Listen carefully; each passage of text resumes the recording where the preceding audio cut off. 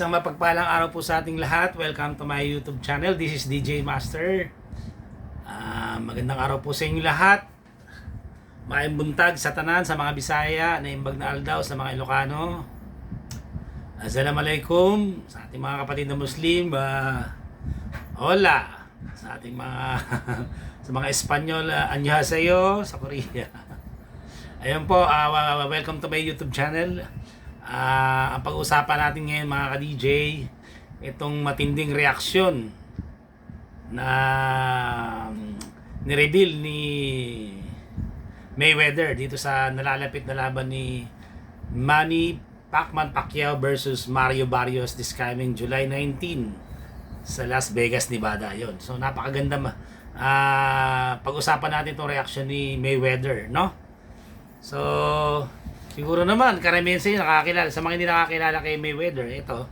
Actually, nagkaroon ng ito yung tinatawag nating fight of the century or battle for greatness na kung saan naglaban si Floyd Mayweather versus Pacquiao noong naganap to kailan, no? Noong May 2, 2015 sa MGM Grand Garden Arena in Paradise, Nevada, USA. Yan. Ngayon, ito si Floyd Mayweather Jr. ay 5 Division World Champion na kung saan yung mga corona niya, WBA, Unified, WBC at yung iba pa mga title niya, no? Ring Magazine. Samantalang si Pacquiao naman ay siya yung 8 Division World Champion na sa ngayon wala pa nakakagawa niya, no? Para sa laban ng Unified World Welterweight Champion. Yun nga, yung naganap noon May 2, 2015 na inabangan ng lahat dahil ito yung tinawag nga ng Fight of the Century or Battle for Greatness na sinabing naawi sa takbuhan lang ginawa ni Mayweather.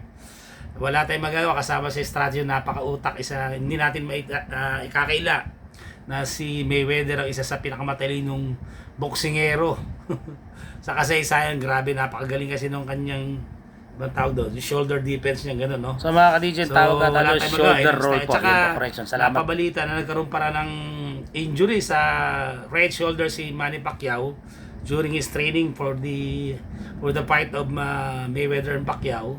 At gumaling naman daw, pero nung 4th round yun, ulit-uli yung kanyang injury sa right shoulder.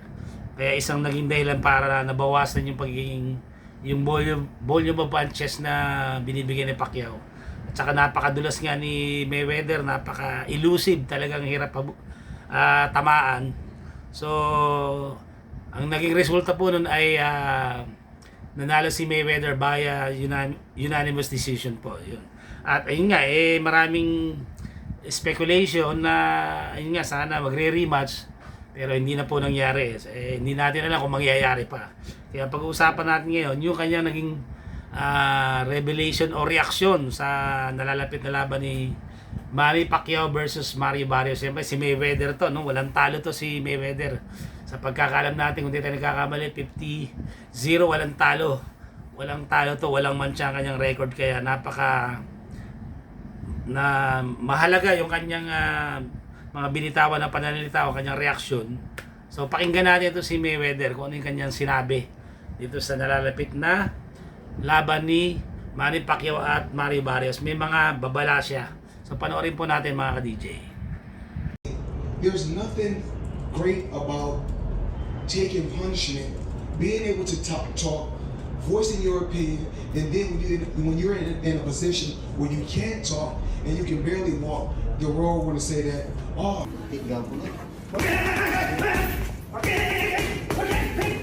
see, he don't see this fight going a distance. DJ modestly aside, nakita niyo naman.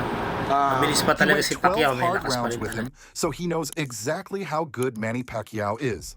Floyd Mayweather has issued a serious warning to Barrios about taking on Pac-Man, believing the young contender is making a big mistake by accepting a fight against the seasoned, battle-tested legend.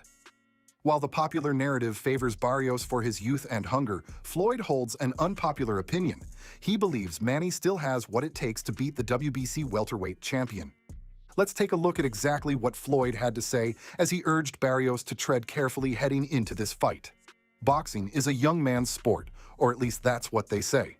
The reflexes fade, the legs slow down, and the punches don't land quite the same. But what happens when an old fighter still moves like he did 15 years ago? What if he can still keep up with and beat the new blood of the sport?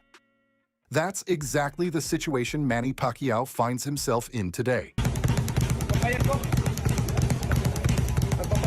At 46 years old, Pacquiao is far past the typical retirement age for most fighters. But here's the twist. He doesn't look like it. He's still lightning fast, his footwork is sharp, and that signature explosiveness hasn't gone anywhere.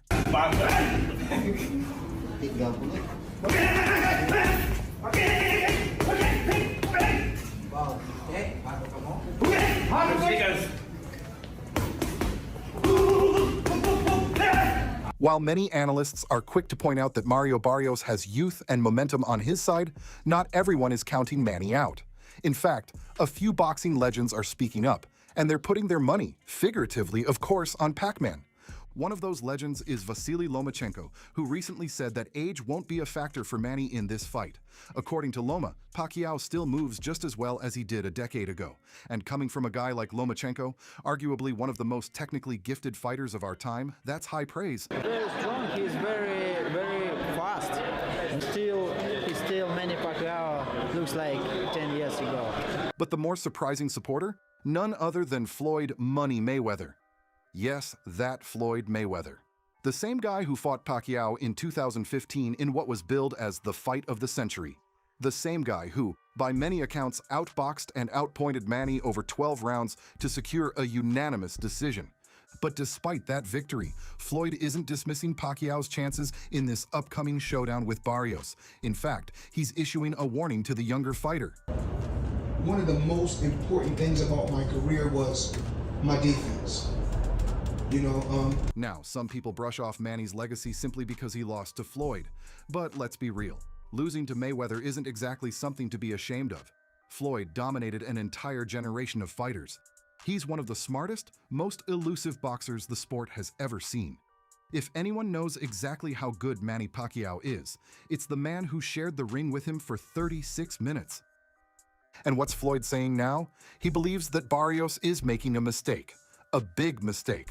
Floyd's take is that Barrios may be underestimating what it means to step in the ring with someone like Pacquiao.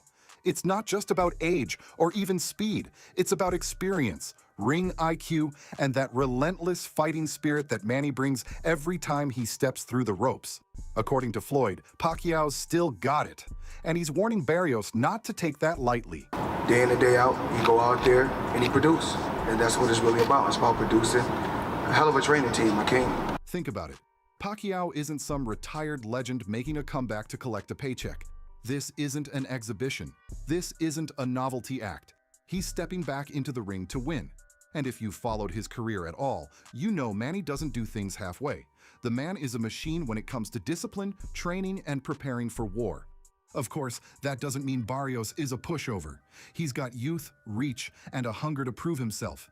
He's been impressive in his recent outings, and there's no doubt he's looking at this fight as his big moment, the chance to add a legend to his resume. But that's where things get dangerous. Overconfidence against a guy like Pacquiao can cost you everything. Manny has so much experience, that man, he could get through anything. You know, as long as they have the right plan, whatever they do, man, they have that. They'll be able to do all. Let's not forget what makes Manny special. The angles, the footwork, the combinations that come out of nowhere. Those are things you can't prepare for by just watching tape. You've got to live it in the ring. And by the time you realize what's happening, you might already be on the canvas. Leonard said when I was in the back, Leonard said he don't see this fight going the distance. Neither does I. Floyd's concern seems rooted in respect. He knows firsthand how tricky Manny can be. Despite winning their bout, Mayweather had to be at his absolute best to outpoint Pacquiao. That wasn't an easy night, and he knows Barrios might be walking into a far tougher test than he realizes. When you're Floyd Mayweather, one of the most dominant and undefeated fighters in the history of boxing, people are always curious. Who gave you the toughest fight? After all, Floyd's faced a who's who of boxing legends, De La Hoya, Canelo, Mosley, Hatton, and more. But when Floyd was asked which opponent truly pushed him to the limit, his answer wasn't just interesting, it was a huge compliment. At any point, did a fighter ever make you feel like, oh, Floyd said that when he thinks back on the hardest fights of his career, one stands out. He remembers being in the 3rd or 4th round, realizing that the battle ahead would be long, grueling, and unlike anything he'd experienced before. That fight was against Manny Pacquiao.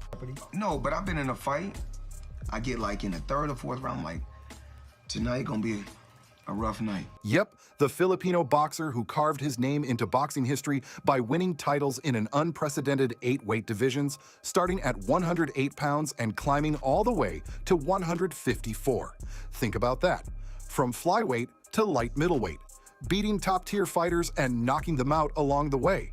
Floyd admitted that Pacquiao was relentless. I had to keep my distance, he said, because Manny just wouldn't stop coming forward. Every second, every round, Pacquiao was charging ahead, looking to land punches from wild angles. And Floyd knew, even with all his defensive brilliance, that this wasn't a guy you could afford to get careless against. okay. One of the best fighters I faced was Manny Pacquiao. He's he's a future Hall of Famer. What the is it about Manny, man? He just don't stop coming. But you know me, I keep my distance because he's real short. I keep turning. In another interview, Floyd expressed how amazed he was at Pacquiao's career.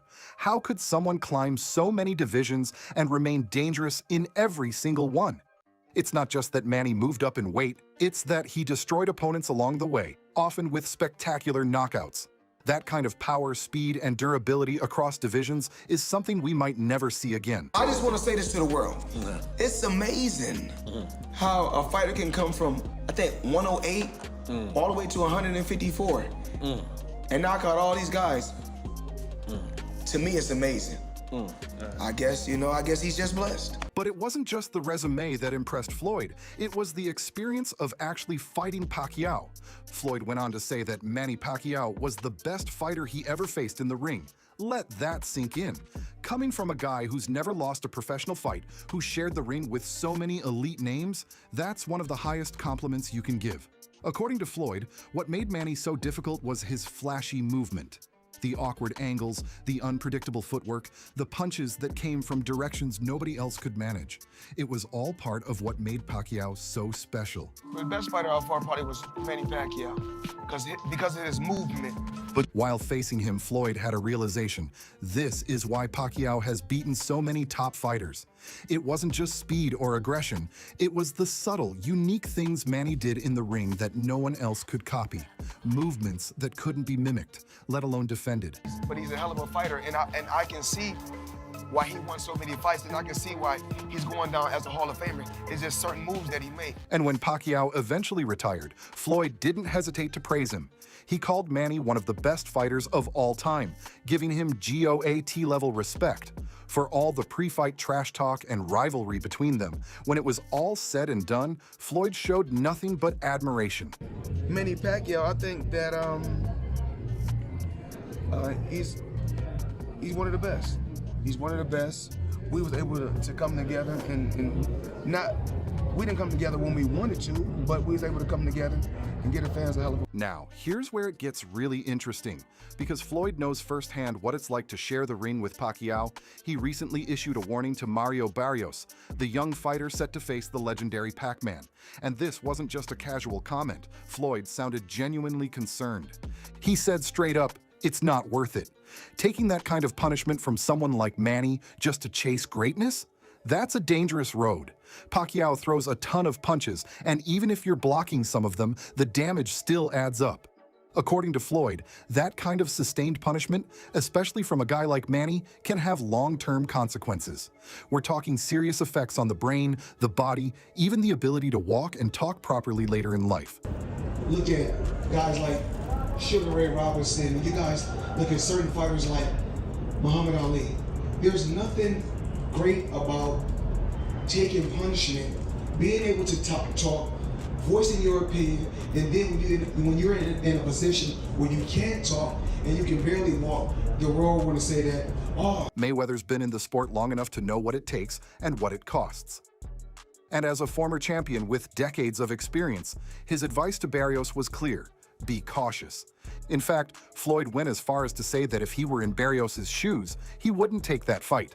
Not against Manny, Not at this stage in Pacquiao's career, when he's still dangerous and hungry to prove he's got more left in the tank. If I got to be put in that position to be great, then that's not for me. So, while the world debates whether Manny is too old, Floyd Mayweather is telling everyone who'll listen, don't sleep on the legend. Because once that bell rings, age won't matter. All that will matter is whether you're ready for a storm that never stops coming. But what about you, fight fans? Do you think Mario Barrios would underestimate the old legend and pay the price for that? Ayun, napakaganda ng mga sinabi ni Floyd Mayweather, no? Parang lumalabas sa mga binitawan niyang salita, pumapabor pa siya kay Manny Pacquiao. At nabanggit din nung isa si Basilico Lomachenko na si Pacquiao daw ay he's almost the same 15 years ago. Halos wala raw pagbabago, no? Isa sa napakagaling na boksingero si Lomachenko, no? At sabi ni Mayweather, no, na it's a big mistake for choosing Manny Pacquiao as his opponent. So malaking pagkakamali daw na pinili niya na labanan si Manny Pacquiao kasi talagang hindi basta-basta, dahil sa Pacquiao nga ay yung relentless, yung pag sinabing relentless, walang humpay na suntok, talagang tatadtarin ka ng suntok. Kaya lang ang tanong nga, if you can still do that at the age of 46, yun ang aking tanong dito, no? Sabi pa rito, yun nga, sabi ni Mayweather, he has still a lot of fuel in the tank. Ibig sabihin, meron pa rin ibubuga si Manny Pacquiao. Malaki pa rin ang kanyang paniniwala at believe siya kay Manny Pacquiao, no? Meron pang natitira, meron pang maibibigay pa hanggang sa uli, na malaki pa yung chance na manalo. At sinabi niya nga na malaking pagkakamali ito na pinili ni Barrios, dahil ibang klase raw talaga si Pacquiao. At sinabi niya na may tuturing niya na ito yung isa sa pinakamahirap niya na kalaban, no? One of the best fighter, si Manny Pacquiao. Kaya aminado naman si Mayweather, no? At ang binigyan niya ng ng warning si Barrios, na kasi nga yung pwede maging masamang epekto na sasapitin niya kay Manny Pacquiao, dahil nga, di ba, yung mga boksingero katulad ni Muhammad Ali, nagkaroon ng epekto doon dahil sa paulit-ulit na pagsuntok sa ulo, yung utak na apekto, nagkaroon ng Parkinson syndrome, di ba? Yung parang nagiging robot na, yung isa na kinamatay ni Muhammad Ali. So ayun daw ang kanyang pag-ingatan, yung magiging masamang epekto ni Pacquiao, kasi mga suntok, na bawat suntok ni Pacquiao ay talagang mararamdaman mo. So lumalabas dito sa sinabi ni Mayweather na pumapabor pa rin siya, no? In spite of the age of Manny Pacquiao na 46 na siya at is turning 47 this coming December, balaki pa rin ang kanyang paniniwala. Si Mayweather na po itong nagbitaw. Alam naman natin si Mayweather na isa sa napaka-wise niya, no? Napakagaling pagdating sa larangan ng boxing, no? Na ang kanyang record niya until na ay wala pang talo, walang mancha, no? Grabe yan si Mayweather. Kaya coming from a boxer like Mayweather, malaking punto 'yon, no? Timbangin natin. Pero sa akin, personally, ang ko rito, kung magagawa pa rin ni Pacquiao yung dati niyang ginagawa sa edad niya, kasi nga 46, no? Pero kung makikita natin yung mga video footages na nakikita natin kay Pacquiao sa kanyang mga training, parang hindi nga hindi talaga nag-i-slow down Ganun pa rin, mabilis pa rin, malakas. Ang question lang yung stamina, kung tatagal pa si Pacquiao sa 12 rounds. Yung tanong. Siguro nakadepende sa magiging matinding pag-ensayo niya, yung conditioning. Kasi sinabi ko nakaraang vlog, yung physical conditioning na napaka-importante, na may condition si Pacquiao talaga, no? Na umabot siya hanggang 12 rounds dapat, yun. Kasi hindi natin masabi. Pero ang sabi naman ni Jerry Peñalosa, mas maganda kung ang kanyang prediction, early stoppage, no? Below 6 rounds. So siguro nga may punto rin si Jerry Peñalosa, kasi nga kapag habang tumatagal yung rounds, baka yun doon nalalabas yung yung edad ni Manny Pacquiao. At napanood ko rin yung analysis ni Ed Tolentino, no? Yun nga, sa kanya naman, yung inaalala talaga, yung age nga. Baka ito na yung tinatawag na father time. Ibig sabihin, wala na, ito na yung dito na magre-retiro si Manny Pacquiao. Yan ang ano ni Ed Tolentino, no? Isang magaling na boxing analyst din yan, si Ed Tolentino. So, tinitimbang-timbang natin. So, sa akin dito, siguro may chance na hindi natin sinasalain siya si Manny Pacquiao. Kaya lang nga, ang talagang worry ko talaga dito personally, sa akin, sa opinion ko po, mga ka-DJ. So, wag po kayong magagalit sa akin. Okay, nagsasalita lang naman ang aking honest opinion.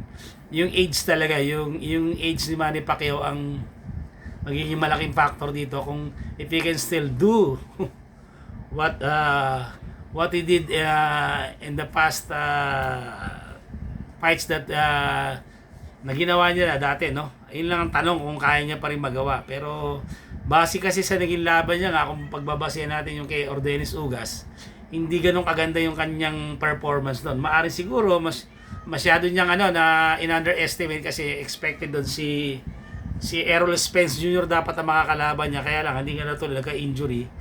Pinalit na lang, no? Replacement lang si Ordenes Ugas na siguro na masyadong in-underestimate ni Manny pa pwedeng ganun. Okay, at saka lack of yung focus niya kasi may politics. So, unlike ngayon, tapos na yung politika kaya makakapag-focus na si Manny Pacquiao. Siguro dito na ibibigay na lahat ni Manny Pacquiao, yung lahat ng meron pang natitira sa kanya, yung talagang matinding training, focus, yung mental toughness niya kasama diyan, tapos stamina, kailangan makuha niya stamina. Yung speed nandoon pa no? May power pa yan. So stamina ang kailangan talaga dito. Tapos kung ang tanong kapag tinamaan si Manny Pacquiao, gaano niya kayang tanggapin yun, no? Kung kaya niya i-absorb. So mas maganda nga talaga kung makauna si Manny Pacquiao. Pero hindi natin iniisang tabi yung mga binanggit ni Mayweather. Si Mayweather po yan, syempre. Pagdating sa larangan ng boxing, Mayweather is Mayweather, hindi basta-basta yan. Kaya coming from a boxer like Mayweather, malaking bagay yun na lumalabas na mas panig pa rin siya, mas maniniwala siya na mas malaki ang chance ni Manny Pacquiao na manalo sa laban na to. So, yun lang po. Pag may mga komento po kayo, feel free po. Wala po tayo ritong pinapanigan, no? Open po tayo, pero nagpapasalamat po. Maraming salamat sa mga nagko-comment, sa mga videos ko, nakarang videos ko kayo. Yung laban ni Barrios at Pacquiao na maganda po, at least nalalaman ko po yung salubin, yung mga insights niyo, no? So, feel free po, pakisulat po kung may mga comment kayo dyan. Wala pong problema kung may mga tanong, kung kaya nating sagutin, sabot natin makakaya. So, siguro dito natin tatapusin yung ating vlog na to. So, sana po ay nabigyan ko kayo ng konting idea, ng insights, o yung mga reaction ng ating mga boxing expert like Mayweather po. So, bago tayo magtapos, yun, shoutout kay Giancarlo Escotillo, lagi nakasuporta sa atin, kay Spencer Gutierrez, yan si Brent Artienda, kay Yusarak Panda, ayun, at sa family mo. So, of course, sa aking anak, si Labi Daphne Osena, at si Christian J. Osena, aka The Sajadi Trader. Sa aking mother, Mama Lydia, yan, magpalakas kayo. At syempre sa ating may bahay, si Madam Joanna Paulita Azucena, kay Nanay Raquel din, shoutout yun, kay Ma'am De La Cruz, lahat kayo yan, hindi ko na kami isa. Siguro dito na natin tatapusin ang ating vlog nito. Pansamantala nagpapaalam po si DJ Masa nagsasabing laban lang. God bless you, bye, see you on my next vlog.